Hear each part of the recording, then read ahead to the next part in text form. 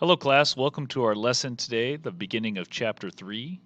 We're going to be looking at what's known as radian measurement today. So we're just going to start off by introducing what radians are and how to find them and how to use them. And then we'll be using radian measurements along with degrees as we move throughout the semester. First thing to look at is what is a radian. A radian is a classification of a measurement, but it's essentially a ratio. So unlike degrees, which is just an arbitrary, like 1 degree, everyone knows what that is based on a unit. A radian measurement is a fraction or a ratio based on the distance around a circle, okay, the arc or circumference, okay. That's denoted by the letter S throughout the rest of trigonometry, and then R is still the radius. And it basically comes from the idea of circumference and one time around the circle. So one time around the circle is 360 degrees, and then 2 pi radians is also one time around the circle. And that comes strictly from the fact that circumference is 2 pi times the radius, or pi times diameter. And that idea is always going to work out to be 2 pi all the way around.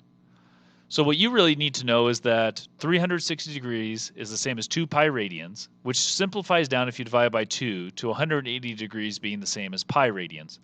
What you'll notice here is the degrees will have the degree symbol here. Radians will not because it's a ratio. There's no units, which is probably one of the reasons why it's used a lot. And then you just want to be able to convert.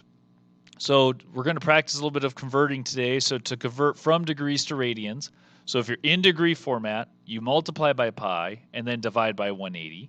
If you're in radian and want to get to degrees, you multiply by 180 and then divide by pi. So it's strictly a back and forth. Just think of it as a unit conversion. So the other thing that could be helpful is if you're in degree mode, you have to get it in radian mode, which typically has pi in it. So that's why pi has to be in the numerator.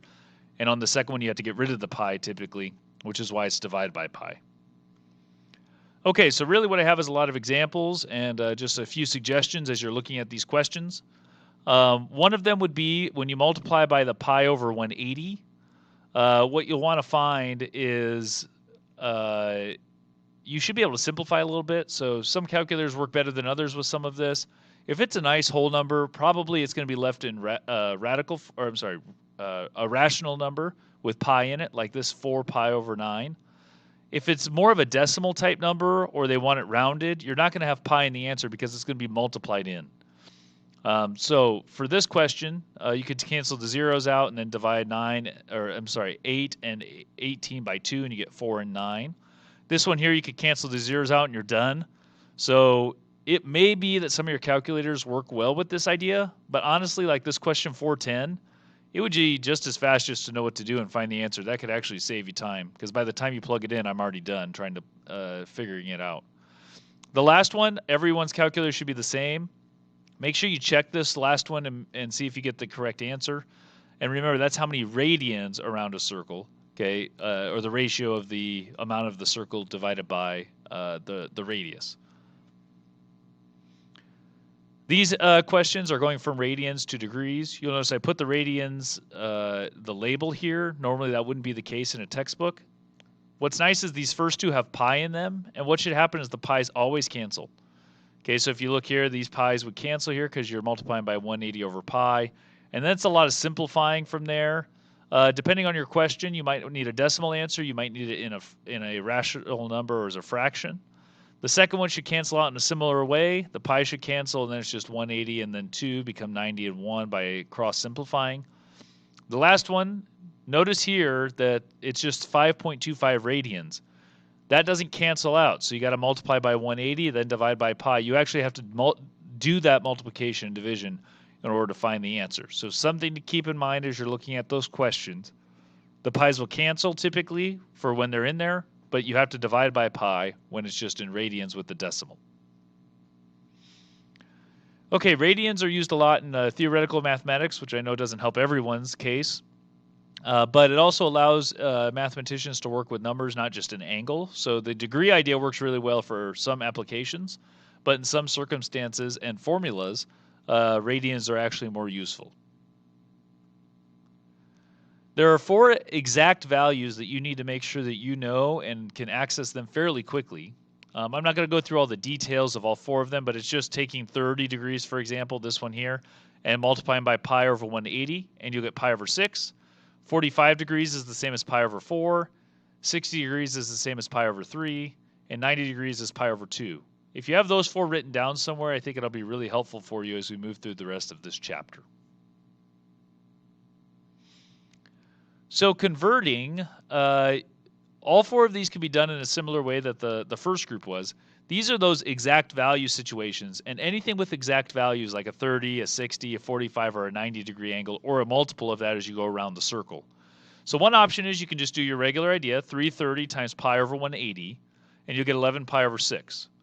Or what might be easier is using these 4 numbers. Okay, so 330, for example, 330 divided by 30 is 11. So this is actually just 11 of the 30 degree angles, which is the same as 11 times pi over 6, because pi over 6 was 30.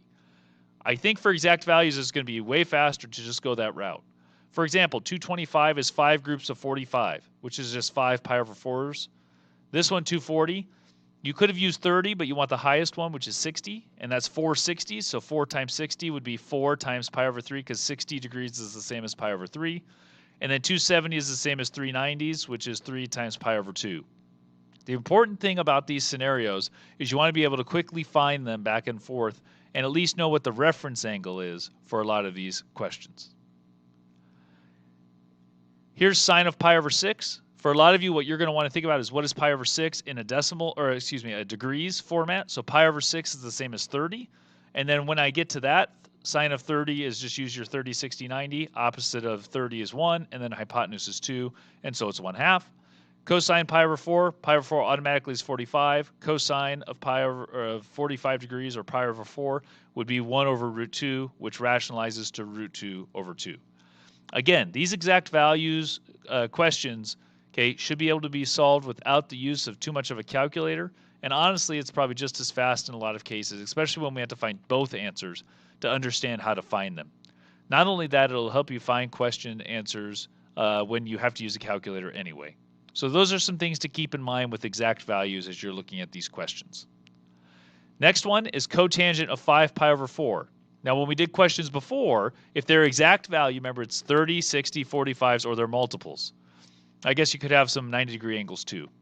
So for this first one, it's 5 pi over 4. The nice thing about radians with exact values is, boom, you know the reference angle. Pi over 4 is automatically the reference angle, so it's 45. The 5 times 45 would say what quadrant you're in, and that's 225. And then all you have to do is find tangent or cotangent of a 45 in quadrant 3. In a 45 degree angle, opposite and adjacent are both 1. You flip it, it's still 1, and it's positive in quadrant 3. Pi over 3 is 60 degrees, so I just find sine of 60. Opposite of 60 would be root 3 over 2. I flip it, so it's 2 over root 3, and I rationalize the denominator. But since this is negative 60 degrees, that's going from the standard location to the right, down 60 degrees, and that's actually in quadrant 4. And sine is negative in quadrant 4, which means cosecant is negative in quadrant 4.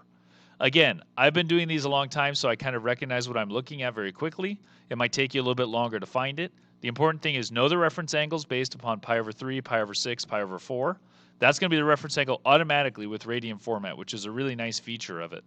And then multiply it by the coefficient in front of pi, and then figure out what quadrant you're in. That'll tell you all students take calculus or whatever quadrant you need to be in. And then use your triangles and your ratios that you used in the past. That's everything for today's lesson. When we move forward, we'll keep using radian measurement. Make sure you know how your calculator is working. Don't forget to keep working on your homework. Have a good day, everybody.